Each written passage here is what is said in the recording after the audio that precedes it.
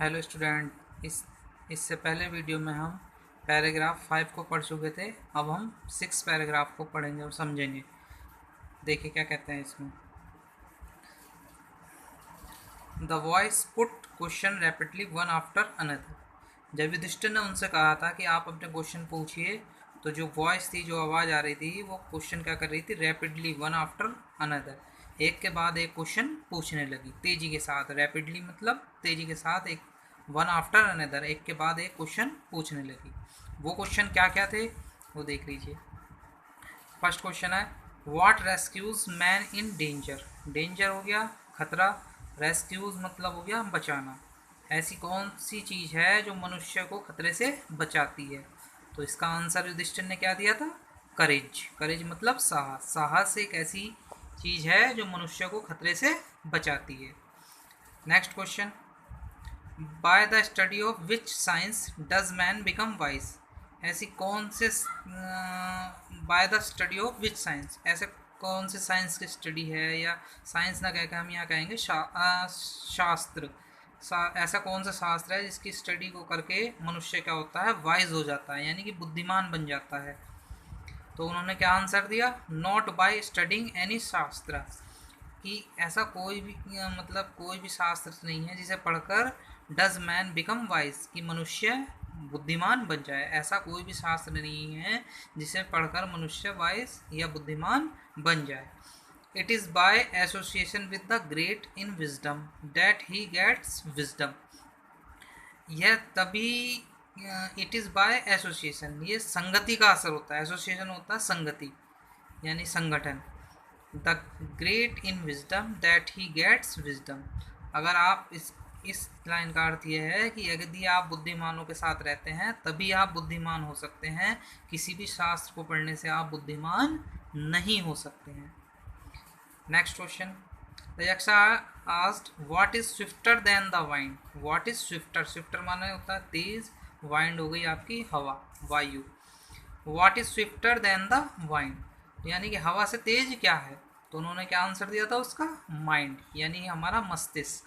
जो मस्तिष्क है, हमारा दिमाग है, वो क्या है? हवा से तेज है, क्योंकि ये एक ही पल में इधर से उधर जा सकता है, इसलिए हवा से भी तेज है। नेक्स्ट क्वेश्चन क्या किया उन्होंने? What is more faded than a dried straw. More faded यानी बहुत ज़्यादा सूखा हुआ, ड्राइड स्ट्रॉ यानी कि सूखा हुआ, स्ट्रॉ हो गया तिनका। भूसा कह सकते हैं आप, तिनका कह सकते हैं। मतलब कि सूखे हुए तिनके से भी ज़्यादा मुरझाया हुआ या सूखा क्या है? तो ए सोर, इसका आंसर दिया उन्होंने ए सोरो स्ट्रिकन हार्ट, यानी एक सोरो दुखी दिल कह सकते हैं, दुखी हृदय, यानी दुखी और डरा हुआ हृदय जो है वो क्या है?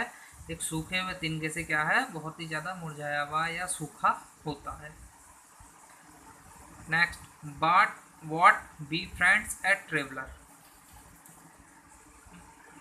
ट्रैवलर होता है यात्री, और बी फ्रेंड्स हो गया साथ सहमित्र। यात्री का सहमित्र कौन होता है? यानी यात्रा में क्या चीज़ आपके काम आएगी, क्या कौन सी ऐसी चीज़ होगी जो आपका मित्र बन सकती है? तो उसका आंसर उन्होंने दिया लर्निंग, यानी कि जो हमने सीखा है वही हमारे यात्रा में काम आ सकता है, वही हमारा मित्र होती है। यात्रा में मित्र क्या होती है? हमारी लर्निंग, यानी जो हमने सीखा। Next, who is the friend of one who stays at home.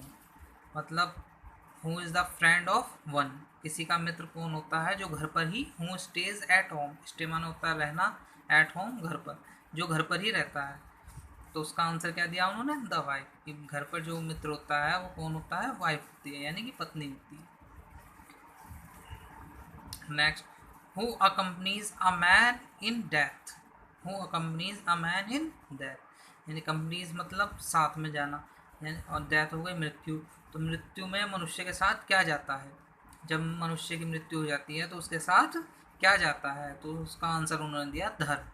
जब मनुष्य की मृत्यु हो जाती है तो धर्म ही उसके साथ जाता है। Dharma that alone accompanies the soul in its solitary journey after death. जब मनुष्य मरने के बाद अकेला ही अपनी यात्रा करता है।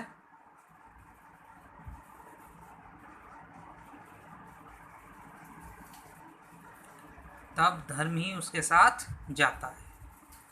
Next, what is the biggest vessel? तो इसका आंसर क्या है, यानी कि बिगेस्ट वेसल, यानी कि वेसल हो गया बर्तन, कटोरा कह सकते हैं आप। What is the biggest vessel, तो सबसे बड़ा बर्तन क्या होता है या सबसे बड़ा कटोरा कौन सा है? तो उन्होंने उसका आंसर क्या दिया था, द अर्थ, क्योंकि अर्थ में which contains all with in itself, क्योंकि अर्थ में सभी चीज़ मौजूद है, मतलब अर्थ ही सब चीज़ों को कंटेन किए हुए है, अपने अंदर समाहित किए हुए है। Next, what is happiness? Happiness होगी खुशी। खुशी क्या होती है? Happiness is the result of good conduct. Happiness क्या है? अच्छे आचरण का परिणाम है। Happiness is the result of good conduct, अच्छा व्यवहार करने का परिणाम है। अगर आप अच्छा व्यवहार करेंगे तो आपको खुशी मिलेगी।